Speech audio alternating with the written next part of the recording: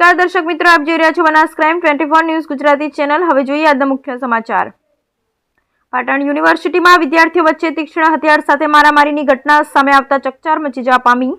પાટણની એચએનયુ યુનિવર્સિટી ફરીથી ચર્ચામાં આવી છે। યુનિવર્સિટી કેમ્પસમાં વિદ્યાર્થીઓ વચ્ચે ઘર્ષણ થયું છે, જેમાં પાટણ એચએનયુ યુનિવર્સિટીમાં વિદ્યાર્થીઓ વચ્ચે શાબ્દિક બોલાચાલ બાદ તીક્ષ્ણ હથિયાર વડે મારામારી સુધી પહોંચી ગયા હતા। જે બાદ બનાવની જાણ સ્થાનિક પોલીસને થતાં પોલીસ યુનિવર્સિટીમાં પહોંચી હતી અને પરિસ્થિતિને કાબૂમાં લીધી હતી। જો કે વિદ્યાર્થીઓએ યુનિવર્સિટીમાં તોડફોડ પણ કરી હતી અને હાલ યુનિવર્સિટીમાં પોલીસનો સઘન બંદોબસ્ત ગોઠવી દેવામાં આવ્યો છે। વિદ્યાર્થીઓ વચ્ચે થયેલા મારામારીનું કારણ હાલ તો અકબંધ જોવા મળી રહ્યું છે અને મારામારીની ઘટનામાં સામેલ વિદ્યાર્થીઓ પાટણ પોલીસ દ્વારા અટકાયત પણ કરવામાં આવી હોવાનું સામે આવ્યું છે।